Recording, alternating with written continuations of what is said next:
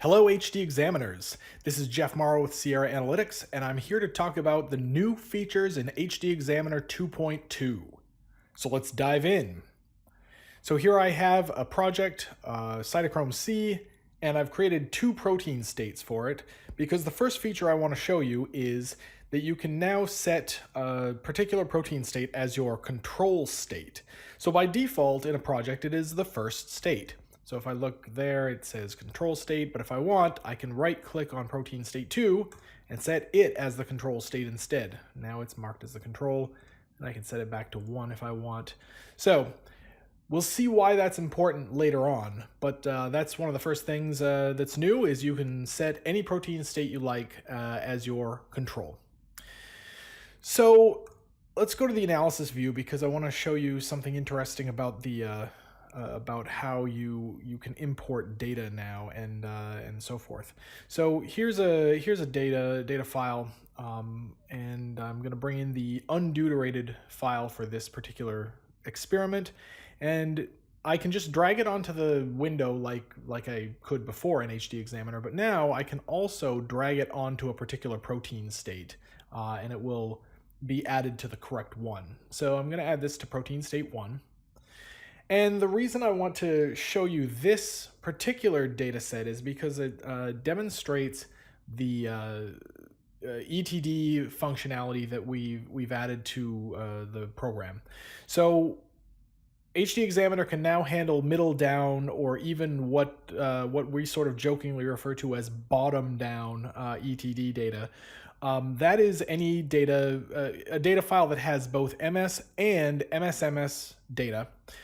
That in the case of what we call bottom down, it simply does ETD on every single peptide it finds. So it's a normal LCMS run, but then for each peptide, it also looks for all possible C and N terminal fragments of that peptide. So that's what I'm importing here.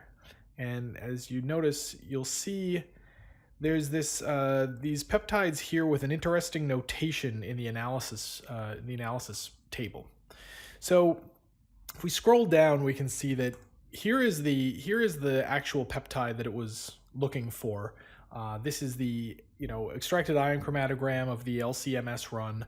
It's charge state 4. Yeah, that all looks pretty good. But in addition to that, we now have all of these fragments. So what these are it looked in the MSMS data corresponding to this peptide, and it searched for every single possible fragment of that peptide, and it found what looks like a whole bunch of them, both C and N terminal ones.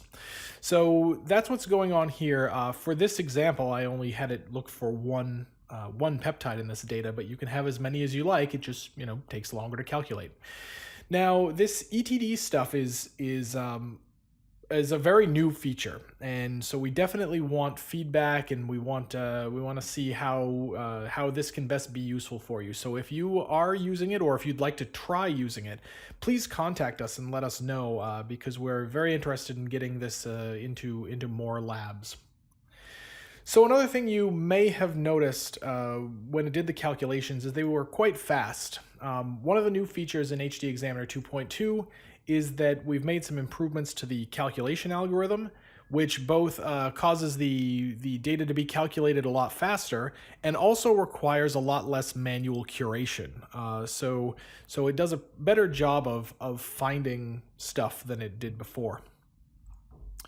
All right, so what else is new in HDExaminer 2.2? Let me go into the tools and options because a lot of the new stuff is actually in here. So I'm going to start at the bottom here under statistics. So by default in previous versions of HDExaminer, it always used a 95% confidence level. Now here under tools, other statistics, you can set that to either 95% or 99%. So that's a handy feature.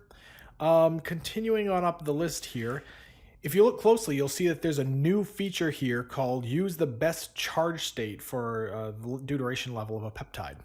So by default, HDExaminer uses all high and medium confidence results and averages them together to give you a deuteration level for your uptake plot.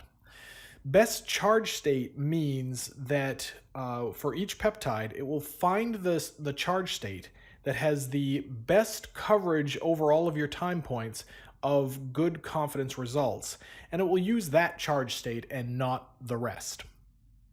So related to this, let's actually go up to the uptake plots because there's a couple of new things here as well. Here next to show data points, you'll see that there's a radio button for all versus relevant. Here's an example. This data shows points ranging from charge states 3 to 6 for this particular peptide. So let's go first to the deuteration levels options and tell it we only want to use the best charge state. So if we do that, notice that our confidence levels have shifted a bit, because now for each of these peptides, it's only picking one charge state and using that for everything. Now, the other thing we can do is we can go into the uptake plot options and tell it to only show the relevant data points. And now it will hide the rest, and we can see that it's using charge state 4 because it has the best coverage over all the time points of high confidence results. So it's using charge state 4 as the, quote, best charge state, and because we told it to only draw the relevant points, all the others are hidden. So another new feature in here is mark significant differences. If this is checked, then when you go to a peptide uptake plot, you'll sometimes see these little stars next to the data. This means that there was a statistically significant difference measured for this peptide at that time point. And in fact, if you mouse over the star, it will show you the p-value associated with the difference. Also here under uptake plots options is if only one protein state selected, also show control state. So if you have that turned on, then when you're going through your uptake plots, you can compare them to your control state when you select one. So this is a project with 3 protein states in it, and if you select the peptide, you get all 3 of the protein states, each individually graphed. If you open up one of these peptides and select the wild type, because it's at the control state, you get just the wild type.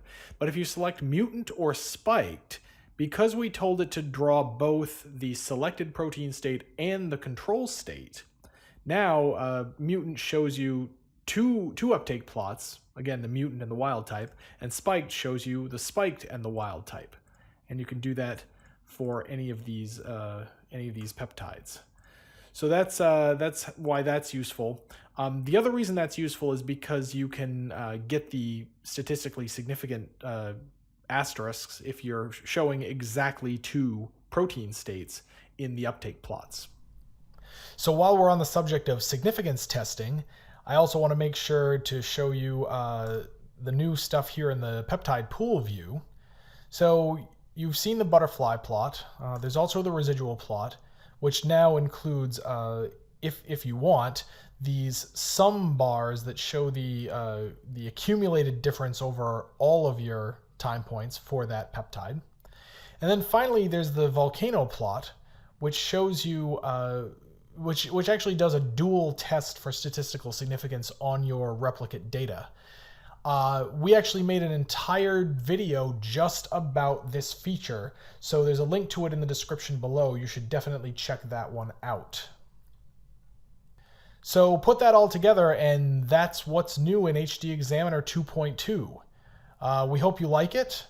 If you have any questions, feel free to contact us. This is Jeff Morrow with Sierra Analytics. Thanks for watching.